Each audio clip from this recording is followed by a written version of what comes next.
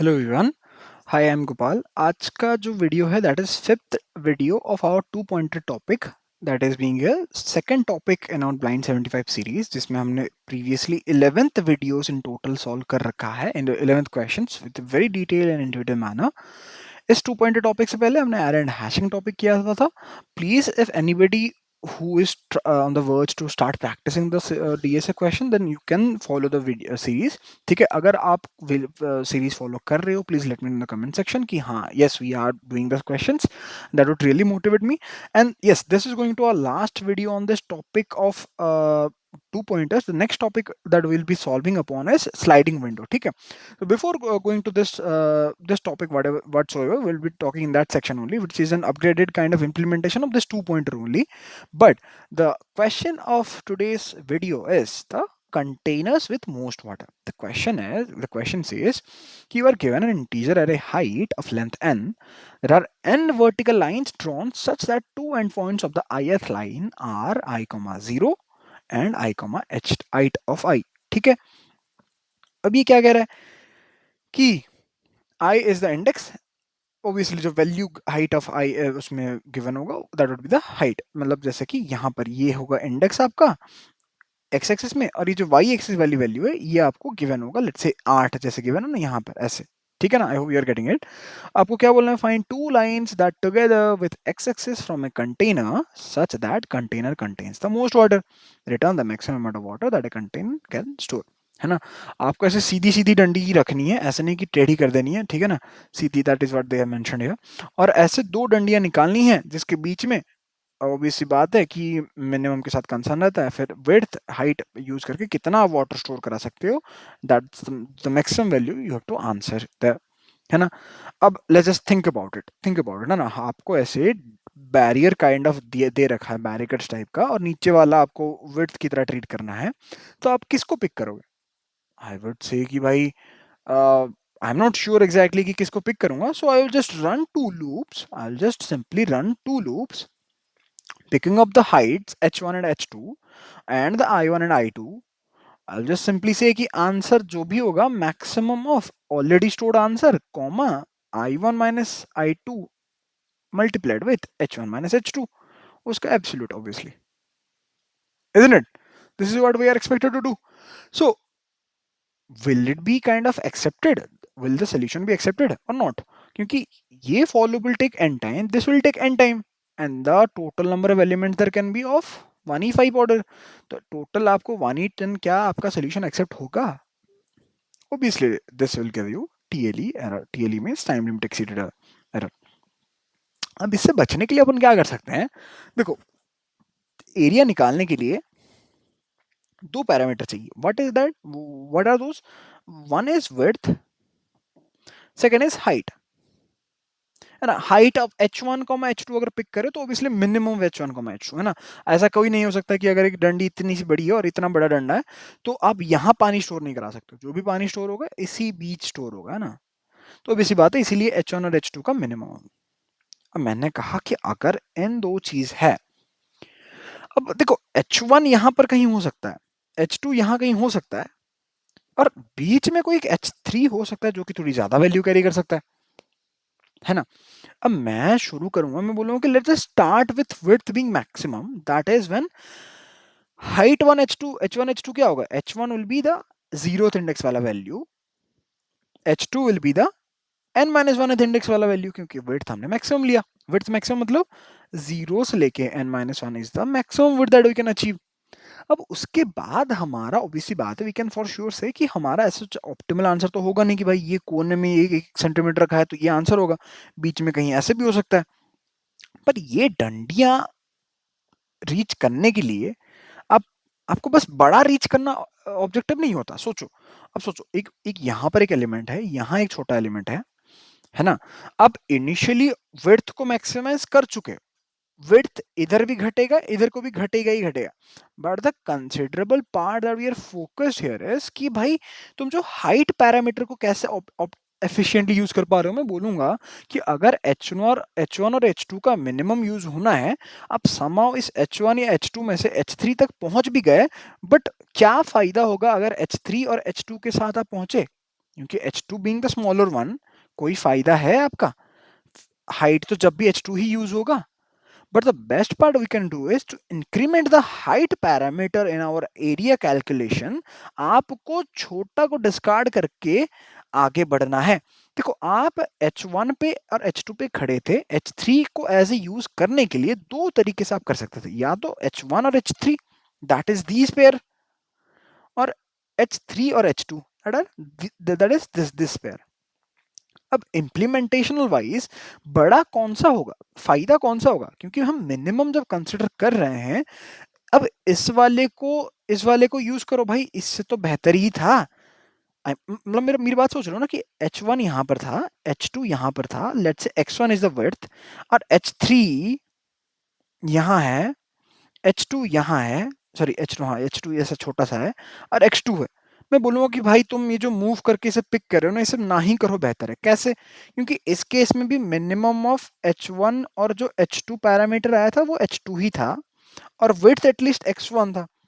अब इस केस में मिनिमम ऑफ H3 और H2 है, that is nothing but H2 he only.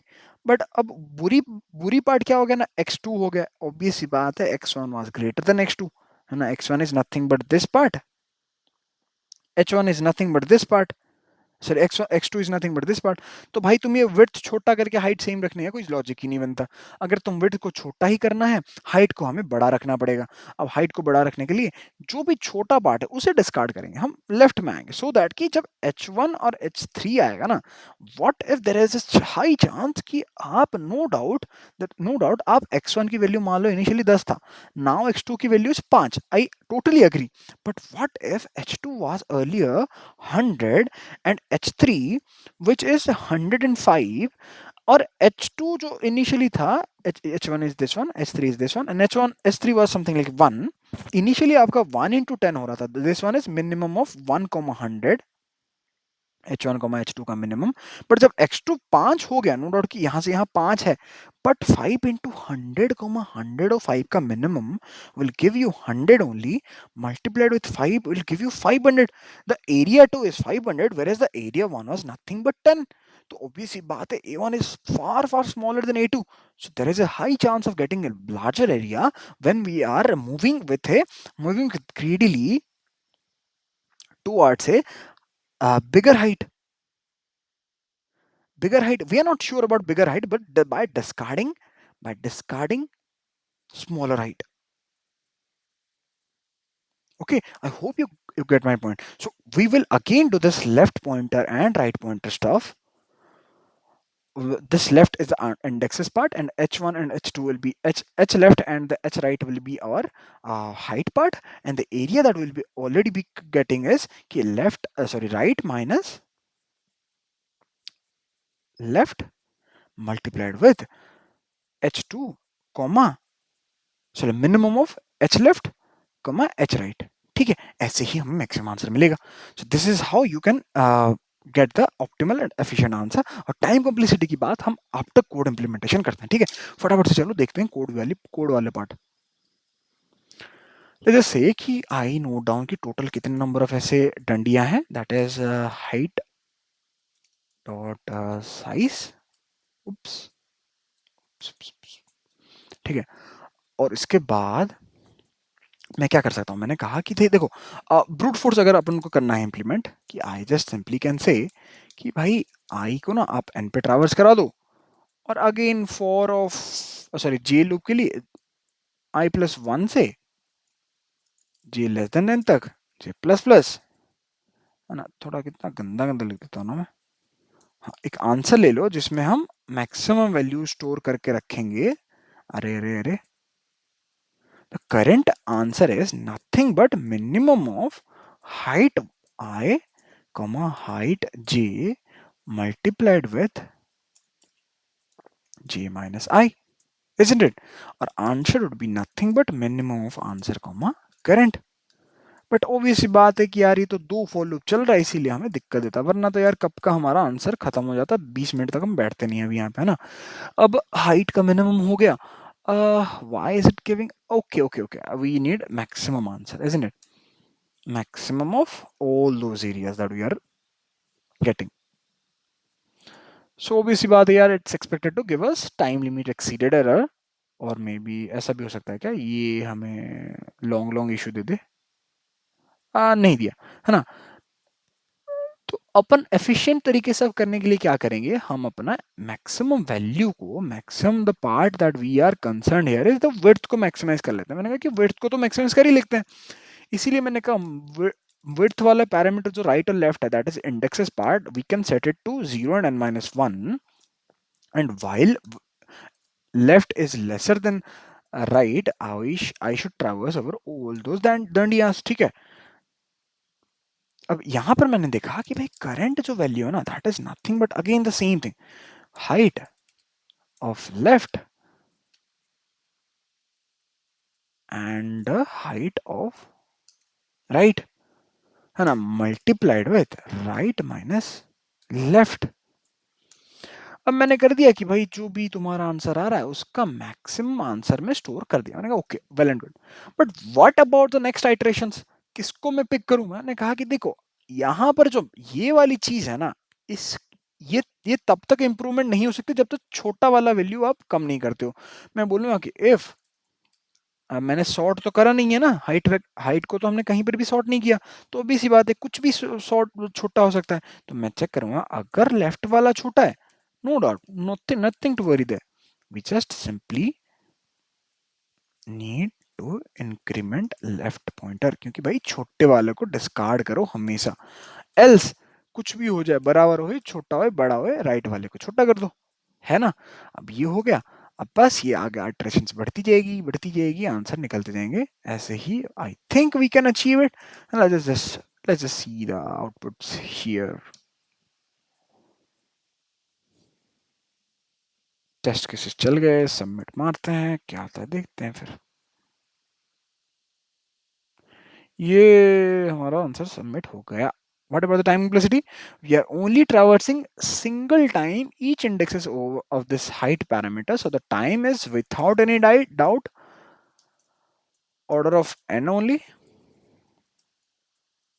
The space here is nothing but constant because we haven't taken any independent space.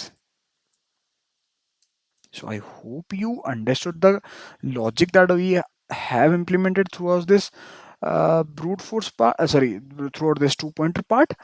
So the next topic that we'll be discussing thoroughly is the sliding window. I hope you guys are still with me. अगर आपको video अच्छा लगा, please let me in the comment section. अगर doubt आया तो please still let me know in the comment section. Till the next video, take care guys, bye bye.